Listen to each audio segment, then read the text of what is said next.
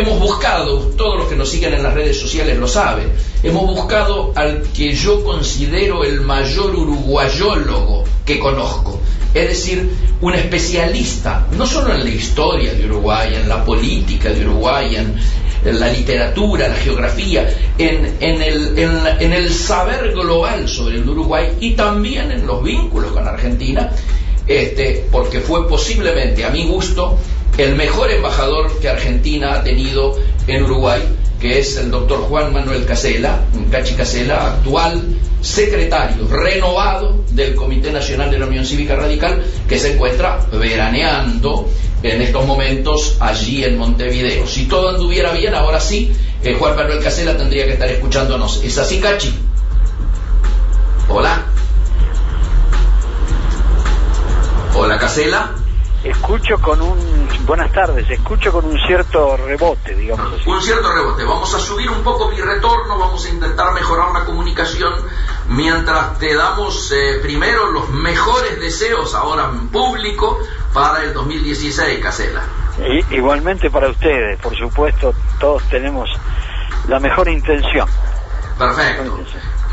Casella, yo no creo en las casualidades, sino en las causalidades, y seguramente no es una casualidad que en momentos en que estamos nosotros conversando al aire se produzca el primer encuentro oficial entre el presidente de Argentina y el presidente de Uruguay. Yo he dicho en la introducción de que a mi juicio vos sos el mejor embajador que Argentina ha tenido en toda su historia en Uruguay, y que por lo tanto para nosotros era vital poder escuchar tu opinión antes de que pasemos a temas más domésticos vinculados precisamente al inicio del 2016. Bueno, en primer lugar agradezco la calificación, la agradezco, sé de la buena voluntad con que lo decís. Segundo asunto, cuando a mí me designaron embajador en Uruguay, la gente de la Cancillería se puso a mi disposición para enseñarme un poco, ¿no es cierto? Y lo hicieron con mucha voluntad y con mucha eficacia. Una de las primeras cosas que me enseñaron fue que la relación de Argentina con los países limítrofes es esencial. Así es. Aun cuando haya países teóricamente más importantes, entre comillas, como las potencias europeas, como Estados Unidos, como en ese momento Rusia o China, lo cierto es que la relación de vecindad, de proximidad física, que en el caso de Uruguay se vuelve aún más próxima por los vínculos históricos que existen entre ambos países, determina que la política internacional de la Argentina deba tener una referencia de extraordinaria importancia con relación a esos países limítrofes. Sí, señor. Lo que nosotros vivimos en los últimos años fue las consecuencias de una política internacional irracional, no programada, apoyada no ya en ideología, que sería malo si fuera nada más que eso, sino también en el capricho y en la reacción visceral, que es irracionalidad pura, y esa actitud desfavoreció, perjudicó las relaciones con Uruguay, que teóricamente en el comienzo del gobierno de los Kirchner podía haber sido, se preveía que podía ser muy buena por la relativa proximidad ideológica entre los Kirchner y el Frente Amplio Uruguayo. Incluso el gobierno de Néstor Kirchner se preciaba de haber colaborado con el triunfo electoral del Frente Amplio cuando facilitó la llegada de uruguayos a votar en aquella primera elección. Sí, señor, hecho que todos recuerdan. Sí, sí. Ahora bien, lo cierto es que después, por el tema de la papelera, y por el tema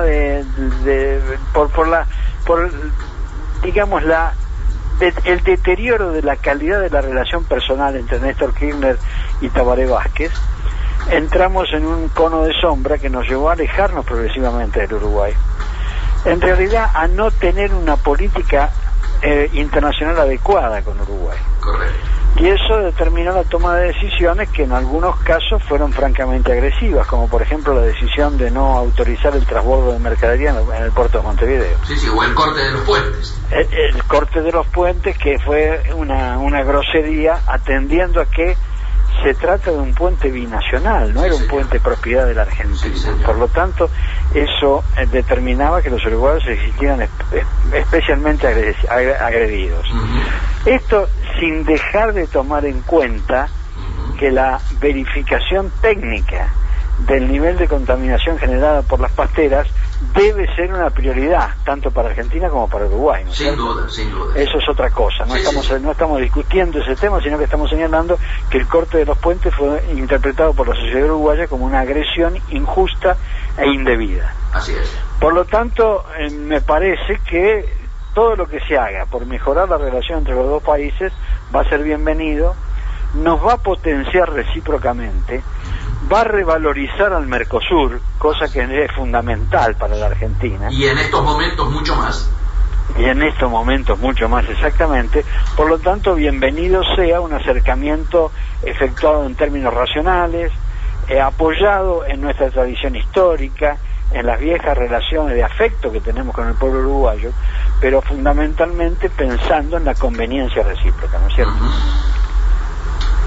Correctísimo. Casela, ahora, hay una situación que tiene que ver con la coyuntura. Esto que vos bien decís tiene que ver esencialmente con lo histórico. Mi pregunta está vinculada a cómo estás leyendo el impacto en la actualidad del vínculo argentino-uruguayo. Bueno, a mí me parece que ahí hay espero que las relaciones se desarrollen en términos de normalidad, teniendo en cuenta el telón de fondo de la situación económica mundial. Ahí está. Nosotros tenemos que tener esa situación como un dato inevitable de nuestro análisis. Nosotros seguimos siendo, tanto Uruguay como Argentina, seguimos siendo altamente dependientes de la exportación de commodities. Sí, señor. Por lo tanto, el progreso económico de nuestras sociedades está vinculado fuertemente a los precios internacionales. El sector externo argentino siempre fue un talón de Aquiles de nuestra economía. Y pese a que tuvimos 8 o 10 años de viento de cola, con superávit comerciales importantes, lo cierto es que después del gobierno de Kirchner, y esta es una de las críticas más graves que se le puede hacer a ese gobierno, el modelo económico aplicado en Argentina es exactamente el mismo que existía antes del gobierno de Kirchner, porque seguimos dependiendo de la exportación de commodities. Así es. Hoy los precios de las commodities, no digo que se han derrumbado, pero han disminuido notoriamente. Hoy tenemos la noticia en los diarios de hoy de la crisis bursátil en China, que afecta potencialmente nuestra capacidad exportadora, porque China es uno de los principales clientes de Argentina y es el principal cliente uruguayo. Así es.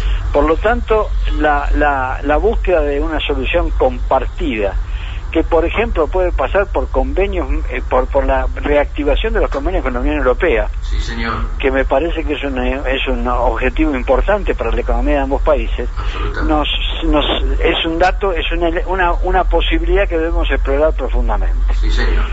Me parece que también tenemos que tener en cuenta la situación de Brasil, no solamente China. Claro. Brasil es el segundo cliente de Uruguay y es el primer cliente argentino.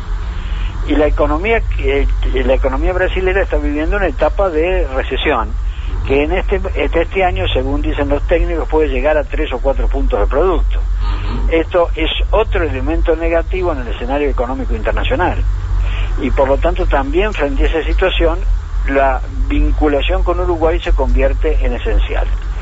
Pero digo, desde otro punto de vista, más allá de los muy importantes efectos económicos que tiene esta relación, digo, Uruguay tiene seguramente el sistema político más consolidado de América Latina. Sin duda. El que tiene una trayectoria de democracia estabilizada, con cambios de gobiernos, con elecciones siempre transparentes, con un procedimiento institucional vigente y efectivo, que también debe ser aprovechado por Argentina, que no reúne esas condiciones. La política argentina no reúne esas condiciones. La política argentina ha sufrido un proceso de deterioro en cuanto a su calidad general y se ha dispersado y se ha individualizado, y nos parece que la influencia del modelo uruguayo debe ser tenida en cuenta para recuperar nuestro propio sistema institucional. Si es cierto lo que dice Macri en su discurso inaugural, uno de sus 3 objetivos es la potenciación institucional de la Argentina. Así es. Por lo tanto, también en ese campo, en el campo estrictamente político, la recuperación de la relación con Uruguay es importante. Perfecto. Vamos a esperar los resultados. Vamos a esperar los resultados. Yo coincido con tu lectura, creo que... Lo que se ve en las noticias, las últimas noticias que hemos escuchado es, por ejemplo, que proyectos concretos como la planta regasificadora se ha repotenciado. Me parece que esto es importante. Argentina necesita gas. La política... Casela, te hago una pregunta. Vos estás allá, ¿no es cierto? Y tenés más información que nosotros. Efectivamente. ¿La reunión se ha terminado ya? ¿La reunión? ¿Ha terminado ya? La reunión ha terminado ya. Ya ha habido una conferencia de prensa protagonizada por ambos presidentes. Muy bien. Y en esa conferencia de prensa se ha señalado que Argentina se compromete a comprar parte del producto de la regasificadora que se está instalando y que se va a instalar en Uruguay. Un proyecto para Uruguay muy importante, que había quedado congelado por la falta de acuerdo con Argentina. Buenísimo. Además de ciertas circunstancias internas del Uruguay, ¿no es cierto? Bien. ¿Algún otro aviso o anuncio de importancia que vos... Bueno, sí, lo de los puertos. Macri trajo el texto del decreto por el cual levantó la prohibición, y eso tiene un efecto muy importante en el marco de las relaciones bilaterales. Pero claro, la prohibición era una venganza. ¿Perdón? Era una suerte de venganza. Claro, es de tanto una reacción emocional, claro, que no tomó en cuenta los efectos posteriores para la Argentina, no ya para Uruguay. Pero se estaba perjudicando, por ejemplo, la exportación de fruta. Pero claro, pero además se estaba desplazando el comercio a los puertos del sur de Brasil. Insólitamente. Entonces realmente era absurdo el planteo. Perjudicaba a Uruguay y no beneficiaba a la Argentina. Absolutamente. Entonces eso ya ha sido levantado por decreto. Muy bien. Me parece que es una excelente señal para la relación bilateral. Sin duda. Casela, damos vuelta a la hoja porque justamente hoy es de este programa el primer programa del año. Entonces, el título de hoy es el 2016. ¿Cómo estás mirando este año que se inicia con un gobierno tan reciente, ¿no es cierto?, pero que ya ha tomado medidas, que ya hay efectos de esas medidas, que hay un programa económico, o mejor dicho, hay medidas económicas que ya tienen algún tipo de resultado, y hay algunos hechos políticos vinculados a la seguridad o a la inseguridad, mejor dicho, que son preocupantes y que enmarcan o le ponen su sello a este inicio de año que, por supuesto, está iniciando un verano caliente, diríamos en términos políticos. Una reflexión, por favor. Bueno, en primer lugar, nuestro deseo es que al gobierno de Macri le vaya bien. Sí, claro. Este es un deseo que no está apoyado en adhesiones políticas simplemente, sino fundamentalmente en los efectos de los fracasos, ¿no es cierto? Claro. Cuando un gobierno le va mal, el gobierno puede pagar un precio político, pero el pueblo paga un precio concreto en calidad de vida. Sí, señor. Y nosotros de ninguna manera aspiramos a que el pueblo argentino sufra otra decepción y otra pérdida de calidad de vida. Por lo tanto, deseamos que el gobierno tenga éxito. Ahora, en cuanto a las medidas concretas, creo que hay 2 o 3 elementos positivos. El primero es el cambio de clima. Me parece que la actitud del nuevo gobierno está señalando la búsqueda del diálogo, del consenso, el camino que significa encontrar andariveles comunes que nos permitan coincidir. Me parece que eso contrasta claramente con una actitud autoritaria, encerrada, vengativa, rencorosa que tenía la presidenta Cristina Kirchner como una de sus características más perceptibles. En segundo lugar, creo que en el plano económico la salida del cepo cambiario fue ejecutada de manera adecuada, sí, señor. Sin que se produjera el estremecimiento que estaban pronosticando algunos observadores. Por lo menos hasta ahora la salida ha sido bastante exitosa.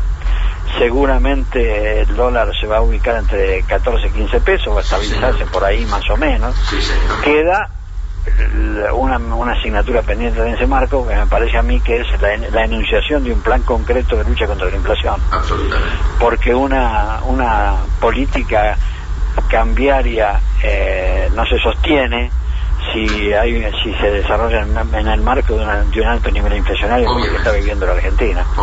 Cualquier devaluación tiene un efecto muy limitado en ese marco. Por lo tanto, hay que tener un plan antiinflacionario. Yo confío en la capacidad técnica de Alfonso Prat-Gay, que es la figura principal del conjunto de economistas que hoy comparten el gobierno, y le deseo el mayor de los éxitos posibles. Ahora, por el otro lado, la política de seguridad. Es obvio que lo que está pasando con los 3 evadidos de la cárcel de Alvear, con los 3 condenados a prisión perpetua por la muerte vinculada con la efedrina, es un fracaso muy notorio. Me parece que el impacto de esa huida se está profundizando porque el marco indica que el gobierno tiene inconvenientes serios para encontrar a los evadidos.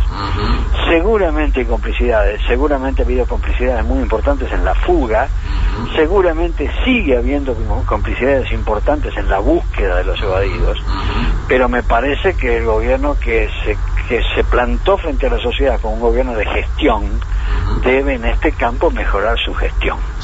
Las últimas noticias que tenemos son de que pareciera que los evadidos están siendo ubicados en el sur de Santa Fe. Espero que en este caso esa posibilidad se concrete realmente. De cualquier manera, lo fundamental de este tema, Ponce, consiste en señalar la profundidad de la penetración del narcotráfico en las estructuras del Estado argentino. Acentuada en las últimas décadas, ¿no? En la última década particularmente, y particularmente en el último gobierno. Bueno, yo creo que la última década profundizó el fenómeno, y lo profundizó de manera notoria, en algunos casos por incapacidad y abandono del tema, en otros casos seguramente por complicidad. Pero lo cierto es que en los últimos 10 años la presencia de narcotráfico en las estructuras del Estado, en los entresijos del Estado, se ha profundizado. Eso en la policía de la provincia de Buenos Aires, seguramente también en la Policía Federal, pero fundamentalmente en los órganos de control y en la actitud de vigilancia de la autoridad política. Si no hay voluntad de la autoridad política, cualquier combate por la inseguridad se vuelve enormemente dificultoso. Vinculado a esto, yo diría que ha habido algunas definiciones que tienen que ver precisamente con el mantenimiento o la estabilidad de la alianza, la nueva alianza gubernamental. Las últimas expresiones de Elisa Carrió, planteando un recurso de amparo para impedir que Chegaray ocupe el lugar que anteriormente, ¿no es cierto?, estaba a cargo de otro importante representante de la oposición, ¿no es cierto?, en aquel momento, de la oposición anterior, digo. ¿Cómo estás leyendo la posible, no diría crisis, pero por lo menos este cimbronazo que implica una actitud de esta naturaleza?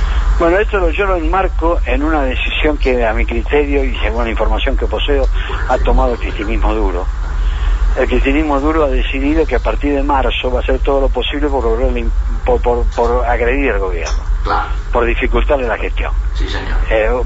Todos sabemos que el objetivo del cristinismo duro es volver al poder. Todos sabemos que como máximo ese retorno está pensado para el año 2019. Todos sabemos que en el fondo de la voluntad de Cristina existe el rechazo a la pérdida del poder. Hay una actitud negativa frente a la simple circunstancia de haber sido derrotada electoralmente. No hay reconocimiento de la derrota. Y por lo tanto la voluntad consiste en buscar cualquier camino que sea posible para volver al poder. Eso implica, como primer objetivo, hacer fracasar al actual gobierno. Y me parece que la designación del futuro auditor de la Nación está vinculado con esa posibilidad. Sí, claro. ¿Vos creés que la alianza Cambiemos, tal cual se estructuró, ¿puede llegar a dar una respuesta unificada o pensás que a partir de ahora hechos y decisiones como los de Elisa Carrió o los que pudiera tomar el radicalismo eventualmente pueden empezar a darse con un nivel de diferenciación con lo que haga el gobierno más o menos notorio? Eso depende de lo que haga el gobierno. Perfecto. Depende de cómo conciba el gobierno el acuerdo político que lo llevó al poder. En ese sentido debo ser muy claro. Yo no coincido con las declaraciones de Macri en el sentido de que no se trata de una coalición sino de una alianza electoral. Bien. Me parece que esa expresión encubre el propósito de relativizar la influencia de los socios en el desarrollo del gobierno. Correcto. Y me parece que un gobierno compartido, llámese coalición, frente, alianza, como quieran llamarlo, un gobierno compartido, requiere que cada uno de sus integrantes se fortalezca. Sí, señor. Acá no se trata de establecer una relación de sumisión entre el PRO y los socios. Bien. Acá se trata de lograr que el PRO y los socios se fortalezcan, porque la coalición, el frente o el gobierno compartido va a tener la fortaleza que tenga el más débil de sus eslabones. Muy bueno. Sí, Y sí. si esto no se logra, todo el gobierno se va a debilitar. Yo no tengo ninguna duda que hay actores políticos instalados en el PRO, hombres, dirigentes del PRO, que tienen la expectativa de cooptar, de chupar, de apoderarse de los sectores políticos aliados. Me parece que esta sería una forma errónea de entender el funcionamiento del gobierno compartido. Me parece que al primero que perjudique es el propio PRO. Sí, Por lo tanto, creo que la actitud futura de los socios depende de cómo los considere el partido del presidente de la República. Sí, sí. Si el presidente de la República cree que puede gobernar solamente con el PRO, entonces la coalición, el gobierno, la alianza o el acuerdo electoral no va a subsistir demasiado tiempo. En cuanto a la actitud de Lilita, bueno, nosotros sabemos cómo hace política Lilita. Sí, claro. Y por lo tanto también las características personales juegan en todo este tema. Obvio. Creo que en ese sentido debemos tender a despersonalizar la política, en el sentido de volver a plantear la política como objetivo fundado en ideas. Bien. Y no en actitudes individuales. Perfecto. Casela, vos tocaste una forma de encarar un gobierno de coalición o una alianza o un frente, como vos bien lo decías.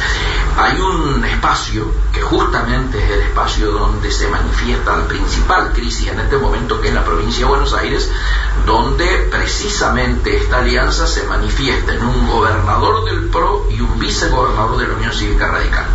Distrito que, por supuesto, por la envergadura que tiene, es el que más ruido hace. Y seguramente el distrito nacional que vos más conocés, el distrito al que perteneces, en tu rol de secretario del Comité Nacional de la Unión Cívica Radical, ¿cómo estás mirando el rol del radicalismo en la provincia de Buenos Aires? Digo, lo que está ocurriendo en la provincia, desde la estructuración del gobierno hasta, bueno, el rol que hoy está teniendo el vicegobernador y el silencio que se nota ante hechos de una envergadura como la que hablábamos en la apertura, ¿no es cierto? El hecho más preocupante que afronta el gobierno desde que asumió, que es vinculado a la seguridad o inseguridad. Bueno, yo dije hace un minuto que el funcionamiento del acuerdo de gobierno depende de las decisiones que vaya tomando el presidente de la República y del espacio que le brinde a sus socios. Ahora demos vuelta el argumento. La actitud, el funcionamiento del acuerdo en la provincia de Buenos Aires también depende de las actitudes y el funcionamiento que adopta el radicalismo. Total acuerdo. Porque es el socio más importante del gobierno, del PRO en la provincia de Buenos Aires. Sin duda.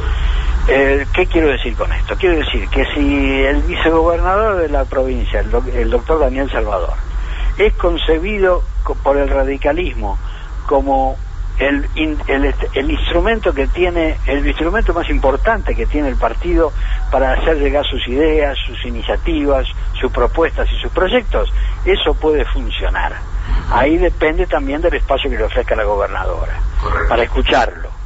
Pero si el radicalismo considera que Daniel Salvador debe limitarse a ser el portador de listas de postulantes para ocupar cargos públicos y nada más, eso no sirve absolutamente para nada.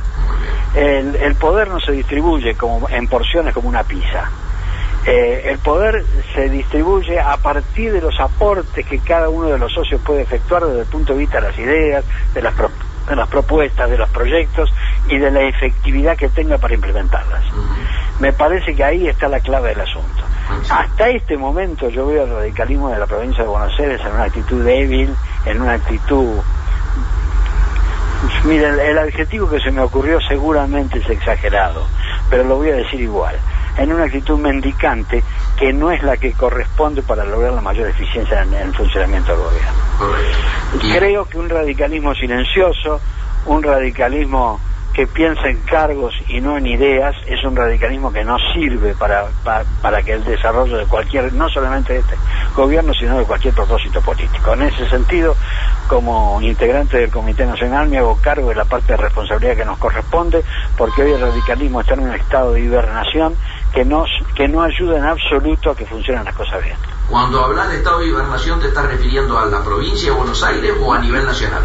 No, me refiero a los dos ámbitos, A los dos ámbitos. Me parece que en el caso del Comité Nacional es notorio que el radicalismo se ha llamado a un silencio que no ayuda. Por supuesto. Porque en casos como la crisis de los evadidos, una opinión política fuerte que ayudara a colocar en caja a los organismos de seguridad nacionales y provinciales hubiera sido importante. Sí, señor. Un radicalismo silencioso y concesivo no sirve para nada. Total de acuerdo.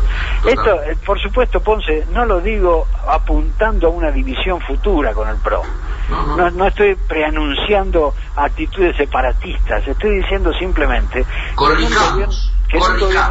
¿Perdón? Estás diciendo corrijamos. Claro, que en un gobierno compartido, reitero, cada uno de los socios debe aportar. Y en algún momento, a lo mejor el aporte consiste en criticar alguna medida. Sí, señor. Te saco de lo partidario y te vuelvo a lo general. Te tiro dos títulos y me gustaría una opinión tuya al respecto.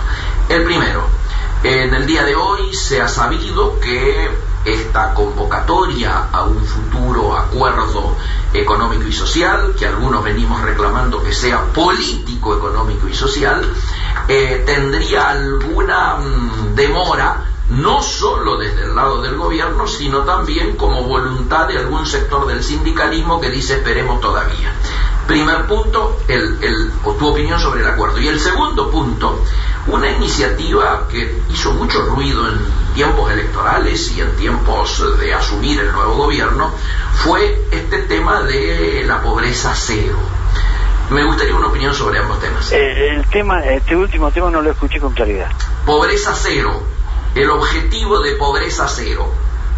Pero no entiendo, perdón, discúlpame, Ponce. El gobierno planteó como objetivo lograr la pobreza cero. Ah, no, por supuesto, ahora estoy claro, ahora lo entendí con claridad. Acuerdo y pobreza cero, estos son los dos. No tengo ninguna duda que el objetivo de alcanzar la pobreza cero es absolutamente compartible, yo diría imprescindible en una sociedad fracturada por la desigualdad. Aún poniéndonos en términos positivos, diciendo que bueno, que si el Observatorio Social de la Universidad Católica está hablando de un 27% de pobreza en Argentina, supongamos que sea un poco menor, yo creo que es así, que ese dato es cierto, pero aún suponiendo que fuera menor, no es posible que una cuarta parte de la población de Argentina vive en la pobreza sin que pase nada. Es imposible que no pase nada. Un nivel de pobreza de esa dimensión genera conflictividad social que se expresa en violencia, se expresa en delitos, se expresa de distinta manera. Por lo tanto, el objetivo de alcanzar la pobreza cero no solamente es un objetivo inobjetable desde el punto de vista moral, sino que lo es también desde el punto de vista político, estrictamente político. Correcto. Para eso debe servir el acuerdo económico-social. Me parece que ahí la experiencia inflacionaria de la Argentina es ya demasiado larga para que creamos que con mera manipulación desde el gobierno se puede contener. Incluso el periodo de mayor dimensión temporal en cuanto a la estabilidad de precios, que fue la vigencia de la ley de convertibilidad, terminó en el estallido en que terminó. Sí, señor. Por lo tanto, la política del gobierno no alcanza, la política del gobierno incide, la política del gobierno incluso puede conducir un proceso antiinflacionario. Pero si la sociedad no participa, el proceso inflacionario, esa política tiene límites que se manifiestan en el tiempo. No hay ninguna duda. Por lo tanto, acá hace falta una voluntad social de lograr el equilibrio interno necesario para alcanzar niveles adecuados de estabilidad monetaria que al mismo tiempo permitan mejorar el equilibrio social, mejorar las condiciones de los sectores de menores ingresos. Acá no se trata solamente de luchar contra la inflación por razones técnicas, acá se trata de luchar por la inflación como primer paso para eliminar la pobreza en Argentina. Porque la inflación es una de las razones básicas de las crecientes diferencias salariales que hay en el universo laboral argentino. De ahí viene la desigualdad. Correcto. En relación a este debate, acuerdo económico-social versus acuerdo político-económico-social. No, a mí me parece que un acuerdo económico-social es un acuerdo político. Yo no tengo ninguna duda de eso. Es decir, no se puede limitar no se puede titular simplemente como un acuerdo de precio y salario. Se debe titular como un acuerdo de política de distribución. La política impositiva, por ejemplo, absolutamente importante. De manera que en todo acuerdo económico-social es un acuerdo político. Por lo tanto... Pero obviamente también, no debo dejar de tomar en cuenta otro elemento. Este gobierno está en minoría en el Senado y dificultosamente empatan en la Cámara de Diputados. Por lo tanto, el acuerdo económico-social tiene también tener una versión parlamentaria que permita sancionar la normativa que lo alimente, ¿no es cierto? Por lo tanto, si esta situación que vos bien relatás del Senado se manifiesta estos años hasta que por lo menos se produzca la renovación, esto obliga a acordar políticas de Estado también con el oficialismo que se fue, no tengo ninguna duda, pero además el oficialismo que se fue está constituido por un conjunto importante de gobernadores de provincia que siguen gobernando. Sí, claro. Y por lo tanto a esos gobernadores de provincia también les interesa alcanzar acuerdos que le permitan financiar el gasto público provincial. He leído por ahí que en estos días se está empezando a conversar con los gobernadores el diseño de una futura ley de coparticipación. Sí, claro. Bueno, eso debe ser parte del acuerdo económico-social. Casela, ya muy completo todo como es habitual, me interesaría una reflexión final de cara a lo que implica este año. O sea, quiero decir, vos estás con expectativas nacionales de cosas que pueden ocurrir o debieran ocurrir a nivel nacional o desearías que ocurran a nivel nacional, y también en función de tu rol, insisto, en el Comité Nacional como secretario del partido, con algunos objetivos y deseos de lo que debiera ocurrir a nivel 2016. Ambas reflexiones. Bueno, en el orden nacional, va a ser, no estoy inventando nada ni descubriendo nada. La primera etapa de la política económica del gobierno nacional va a consistir en desmontar las políticas preexistentes en algunos campos, sí, señor, que ni siquiera pueden ser financiadas por el gasto público. Por ejemplo, la política de subsidios. El desmontar la política de subsidios implica necesariamente afectar intereses de los consumidores. Y por lo tanto el gobierno tendrá que tener la sensibilidad y la inteligencia necesarias como para que esa afectación se dirija a los sectores de medianos y altos ingresos de la sociedad argentina. Me parece que la habilidad con que se desarrolle una política económica en el año 2016 es fundamental para fijar el correlato posterior del gobierno. Me parece que en ese sentido este va a ser un año duro, un año difícil. Espero que vaya mejorando para el segundo semestre, como dicen algunos economistas. Pero este va a ser un año duro. En la medida que sea bien ejecutado, es posible que se convierta en el comienzo de la recuperación económica de la Argentina, con mejor distribución del ingreso y más eficacia en la gestión. Bien.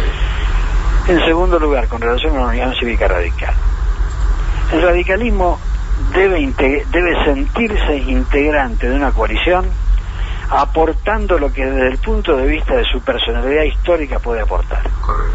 El radicalismo ha sido un partido que reúne dos condiciones. Por un lado, lo que podemos denominar la defensa de la libertad, la afirmación de un sistema de gobierno que respete la voluntad del hombre común, que la tome en cuenta, la libertad que tenga una protección institucional bien desarrollada, la libertad que esté garantizada por un sistema institucional que funcione bien. Por lo tanto, la república debe ser la defensa de la república es uno de los objetivos de la Unión Cívica Radical. Pero todos somos conscientes que en una situación social como la que la vive Argentina, con la república no alcanza. Además de la república, hace falta aplicar políticas de desarrollo y de distribución del ingreso que protejan los sectores de menores ingresos. En ese sentido, el radicalismo debe actuar dentro de la coalición de gobierno como un factor progresista que tienda a equilibrar lo que podría ser un defecto del gobierno, que es un rasgo proempresarial, que en alguna medida despolitiza la gestión. Cuando leemos la composición del gabinete, nos aparece inmediatamente en la memoria aquella frase de Ernesto Sanz, cuando dijo que el PRO proviene de una cultura corporativo-empresarial. Sin duda. La composición del gabinete mayoritariamente refleja esa tendencia. Sí, señor. Eso está bien en cuanto implica gente acostumbrada a gestionar correctamente. Pero me parece que ahí falta el objetivo de fondo, que es la composición de la sociedad argentina, el objetivo que denuncia Macri cuando habla de pobreza cero. En esa función el radicalismo debe ser un factor de equilibrar las decisiones del gobierno, incorporando el factor político, la estructura de fondo, la concepción del tipo de sociedad que queremos organizar los argentinos. Por eso digo, un radicalismo silencioso, un radicalismo hibernado, un radicalismo aletargado, un radicalismo concesivo no le sirve ni siquiera al presidente de la República. Excelente. No quiero agregar más nada, quiero que lo dejemos así y quiero mandarte un fuertísimo abrazo y los mejores deseos ya ahora a título personal para vos para este año. Igualmente, Miguel, a disposición como siempre. Un gran abrazo. Hasta luego. Hasta luego.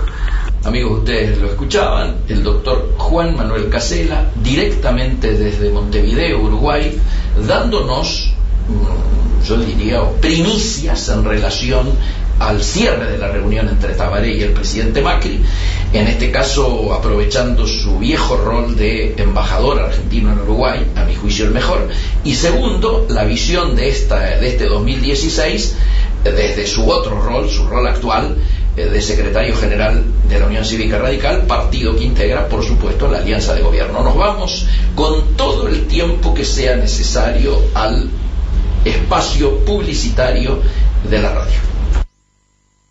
Emiliano Gali y Florencia Carbone suman calado a tu agenda. Trade On, el superávit en estado puro.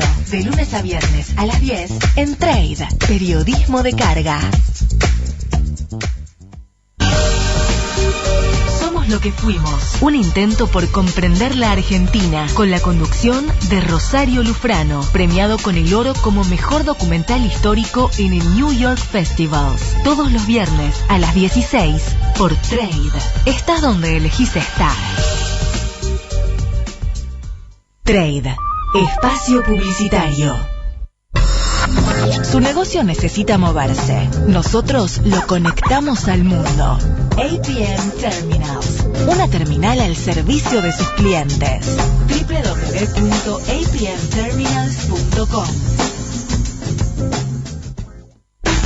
Jack Dorsey lo creó en marzo de 2006 y lo lanzó en julio del mismo año. Hoy, más de 500 millones de usuarios generan 65 millones de tweets por día, 140 caracteres para decir lo que pensás. Conectate. Somos @Trade Radio FM. Trade. Música y negocios en el orden que vos quieras. Entrevistas, lanzamientos, moda, espectáculos, gastronomía. Un magazine semanal con aroma y textura propios. Backstage. Con la conducción de Pía Marcollese. Los martes a las 17 en Trade. Fin espacio publicitario.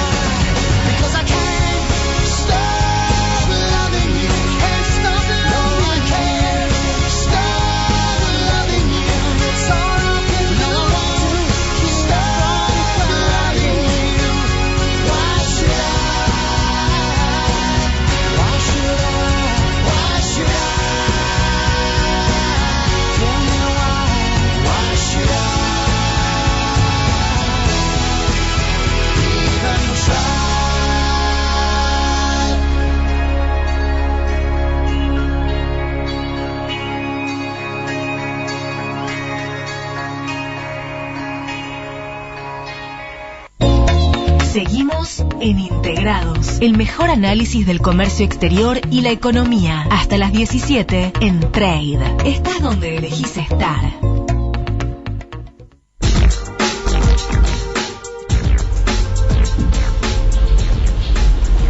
Amigos, volvemos con Integrados. En estudio son las 16:43 en estos momentos.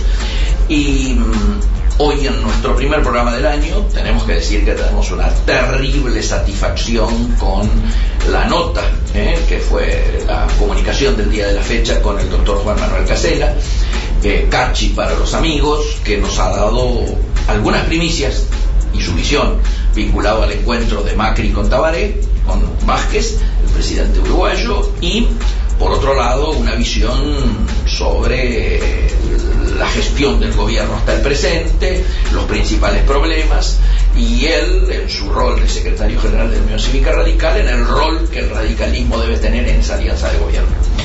Queremos decir que aconsejamos el reflejo que el portal del principal diario de Uruguay, ¿no es cierto?, El País, está dando precisamente en estos momentos, bajo los títulos de la reunión entre Vázquez y Macri, donde hay un link que seguramente quienes reciben nuestros envíos van a recibir en el día de mañana, y que hoy ya ha sido subido al Twitter, ¿no es cierto?, personal de Miguel Ponce, ¿no es cierto?, en este caso, donde, bueno, está mi evaluación sobre la importancia que tiene el encuentro, qué se puede esperar de él y las implicancias, yo diría, de mutuo beneficio que esta reunión ha tenido. Por lo que nos ha contado Casella, además, por suerte, se ha pasado al plano de las efectividades conducentes, y algo que para el comercio exterior es vital, como ha sido el levantamiento de la sanción, aquella resolución 1088, si no me equivoco el número y mi memoria no me falla, que ha sido derogada, levantada, y que Macri ha llegado con este tipo de resolución, yo diría como obsequio, ¿no es cierto?, a los buenos vínculos que deben existir entre Argentina y Uruguay. Nos parece que ha sido muy importante poder conocer en directo, ¿no es cierto?, estas, llamémosle, efectividades conducentes surgidas de la reunión. Por otro lado, tenemos que decir que es un día particular en lo que tiene que ver con el manejo, ¿no es cierto?, del tema cambiario, que hacíamos también referencia con Casella. ¿Qué ha ocurrido en el día de hoy? Bueno, ha habido una pequeña variación en los tipos de cambio, y los números con que cerró el mercado nos dicen que el dólar transferencia se movió entre 13.80 y 13.90, el dólar billete entre 13.60 y 14, el precio de referencia del Banco Central de la República Argentina en 13.94, el contado con liqui en 16.60. Lo que más ha llamado la atención es la cotización del real a 4.055, repito, el real a 4.055, y el euro moviéndose en torno a 1.090. Los precios a futuro, ¿no es cierto?, o sea, el famoso ROFEX, tenemos que el valor del dólar para enero está a fines de enero, ¿no es cierto?, está en 13.92, luego para febrero en 14.14, para marzo ha cerrado en 14.38, abril se negoció a 14.68, para mayo ya se habla de 14.95, en junio se rompe la barrera y estaríamos en 15.28, y en julio se negoció a 15.70. Como vemos, una visión, yo diría, dinámica del dólar, en una alza de recuperación de valor que tiene que ver con lo que ha ocurrido y está ocurriendo a nivel de las bolsas y las monedas del mundo. Ha habido una depreciación muy importante del yen en estos momentos, y bueno, la crisis de la bolsa china por segundo día consecutivo nos está indicando una particular situación en este país importante de Asia, y por lo tanto digo, amerita que leamos lo que ha pasado en el mercado de una manera dentro de los marcos de lo esperable. Yo digo siempre, cuando algún amigo se asusta porque hay alguna variación o alguna tendencia, ¿no es cierto?, que recordemos qué es lo que decíamos antes del cambio de gobierno. Cuando se hablaba de que se salía de los cepos, particularmente del cepo cambiario, ubicábamos el valor de la divisa en lo que era en aquel entonces el contado con liqui, y el contado con liqui se ubicaba siempre en una banda de puntitos más, puntitos menos, alrededor de 15 pesos, ¿no es cierto? Bueno, estamos acercándonos a eso. Esto tiene que ver también para interpretar algo que muchos observadores han leído en el día de hoy y que está muy bien reflejado en un artículo de Juan Diego Basileski en iProfesional, donde analiza la situación y la actitud que han tenido algunos de los operadores de las cerealeras, ¿no es cierto?, no liquidando el monto que el gobierno esperaba que se liquidara. ¿Y por qué no lo hacían? Y no lo hacían porque evidentemente hubo algunos voceros vinculados al oficialismo y otros que no tan vinculados al oficialismo, y aquí vamos después a tocar la curiosidad de algunos de estos voceros, que indican que el proceso de desvalorización del peso o de apreciación del dólar, como ustedes quieran llamarlo, ha sido insuficiente, y entonces veían que los primeros días de mercado el valor alrededor de 13 no era el que finalmente iba a terminar siendo de equilibrio para estos tiempos, y muchos predecían, López Murphy entre ellos, predecían que se tenía que posicionar con un piso de 15 pesos.